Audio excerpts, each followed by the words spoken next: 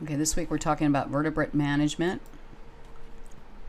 As with everything, you want to properly identify the pest. You look for signs. Most vertebrates are going to be nocturnal, so you may need to be out there at night with your flashlight. You want to determine if management is really necessary. You're looking at benefits of control versus the cost of management. And is the species legally protected? Management and non-target species should be considered because sometimes you're getting the beneficial or desired species when you're managing these pests. Okay, here we have Townsend vole and Townsend mole. So moles are actually good for the soil. They feed on earthworms, soil insects, and grubs while they're tunneling. They do feed on some slugs. They occasionally will eat bulbs. Their big damage is going to happen in lawns and landscapes where they push up molehills. This happens when they're excavating. In soft soils, they form ridges rather than hills.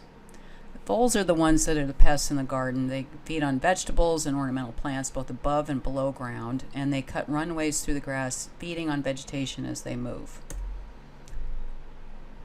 So on the left here we've got the vole damage, and then on the right, of course, we've got our molehills that we're all very familiar with.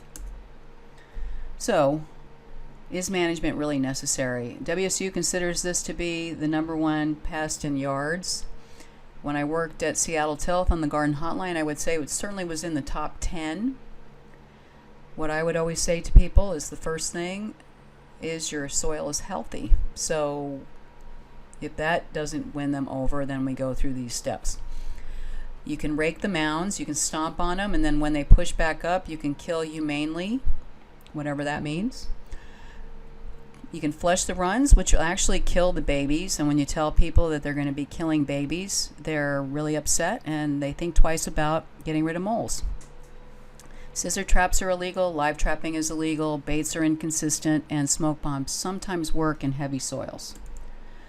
So what you can try is a vertical barrier of aluminum sheeting or mesh of galvanized hardware cloth, 18 to 24 inches deep. That might help you. One thing that was done several years ago, and it's still out there unfortunately, is the mole plant. It's in the euphorbiaceae, known as a mole plant or gopher spurge. They thought it repelled moles. It doesn't. It's a poisonous plant, and it's actually on the Noxious Weed Board's monitor list because so many people tried it. It does not work. Okay, when you're dealing with voles, you want to think about trapping them as you would with mice. So you're using common mouse traps. You bait it with apple pieces or peanut butter. You don't bait it. You place them at right angles to their runways and tunnels to manage small populations. You want to cover the traps to prevent harming birds, and you need at least one trap per 100 square feet. For large backyards and gardens, it may take up to 80 or more traps per acre. I would say that many cats are going to take care of this. Hopefully you're not letting your cat outside because that's a problem, but there's probably a cat out there in your neighborhood that can help manage this. Okay, so you can use the hardware cloth also around the gardens or individual plants. It should be 12 inches high and the bottom should be buried at least 6 to 10 inches in the ground. And then when you use a light mulch around the barrier, it helps increase effectiveness. Okay, here are European starlings, some of the most obnoxious birds out there. So they're larger than a sparrow but smaller than a crow. They nest in cavities. They might destroy eggs and kill nestlings of native birds to use their nesting sites. They eat berries, insects, and other invertebrates, fruits, nuts, grains, seeds, and garbage. And then they brought 100 birds to Central Park because some group they were mentioned in a Shakespearean play, and now after that, was 1890 to 1892, there were 200 million European starlings in North America.